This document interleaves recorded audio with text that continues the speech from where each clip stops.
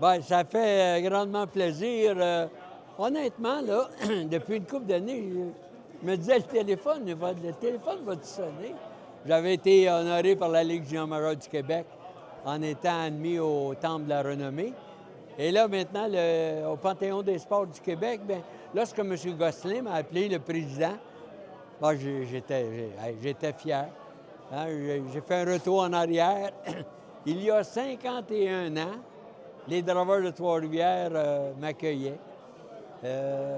Ça a été, ça a été le début de, je dirais, une grande aventure.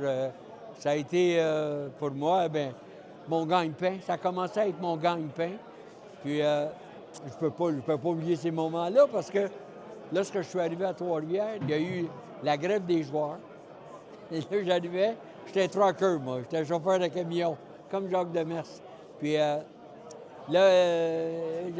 les joueurs ont fait la grève.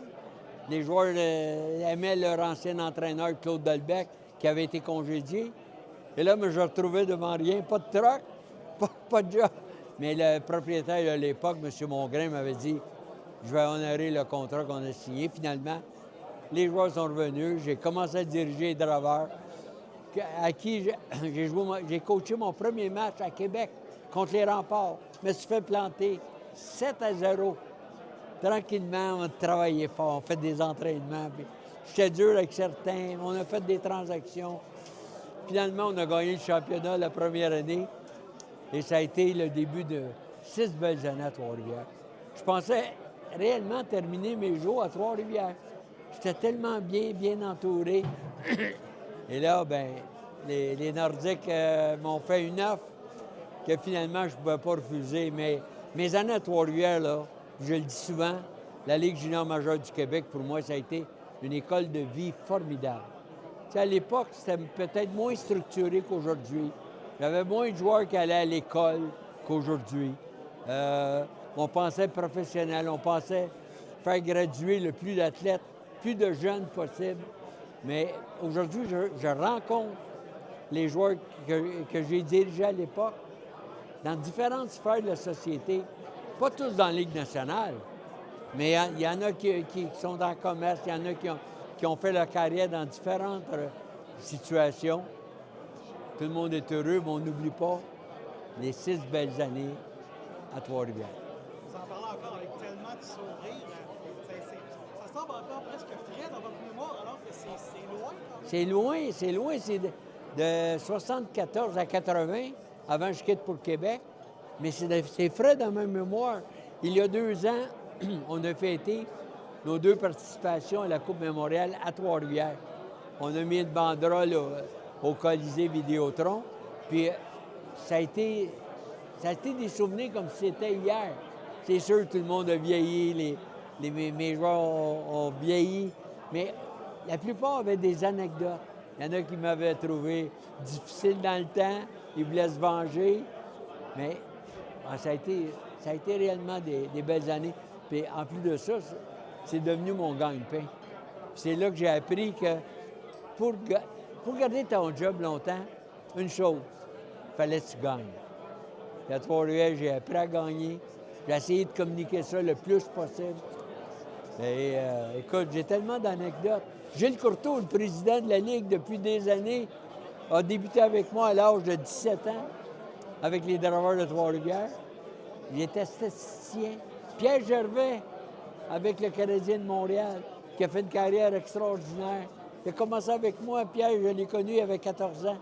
Donald Beauchamp, qui a été mon gardien substitut. Donc, j'ai pas mal de connaissances un peu partout qui ont aussi traversé le temps dans la Ligue junior majeure du Québec. Des anecdotes, je peux t'en compter jusqu'à demain matin. J'en doute pas. Il y en a sûrement qu'on peut raconter, d'autres qu'on peut pas. Oui. Mais choisissez-moi 2 beaux souvenirs. Là. Peut-être, qu'est-ce que vous vous souvenez de votre passage dans la GLQ? Est-ce que c'est les championnats? Est-ce que c'est les joueurs? Est-ce que c'est le staff? C'est le premier championnat qu'on a eu à Trois-Rivières. Là. Je me souviens, là, ça avait été tellement une année difficile. Je n'étais pas accepté par les journalistes, je n'étais pas accepté par les partisans.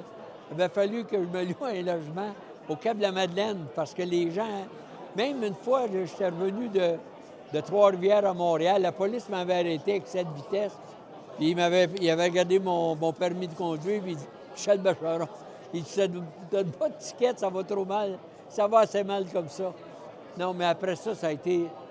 Peut-être, encore une fois, là, lorsque j'ai changé de mon book.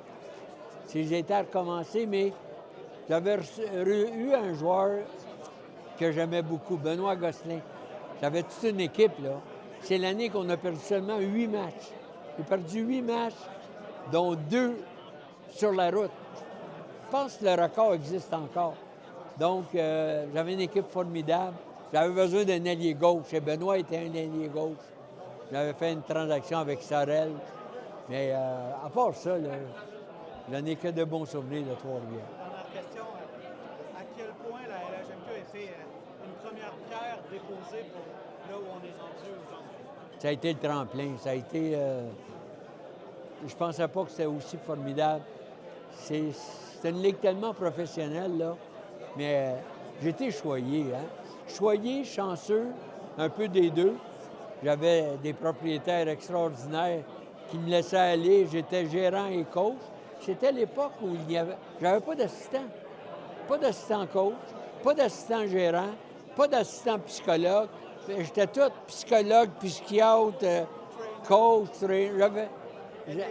J'avais Pierre Gervais puis Normand Baudry. J'avais un bon dépisteur-chef en René Young. Mais à part ça, là, les propriétaires me faisaient confiance. Puis ça, il n'y avait pas de prix.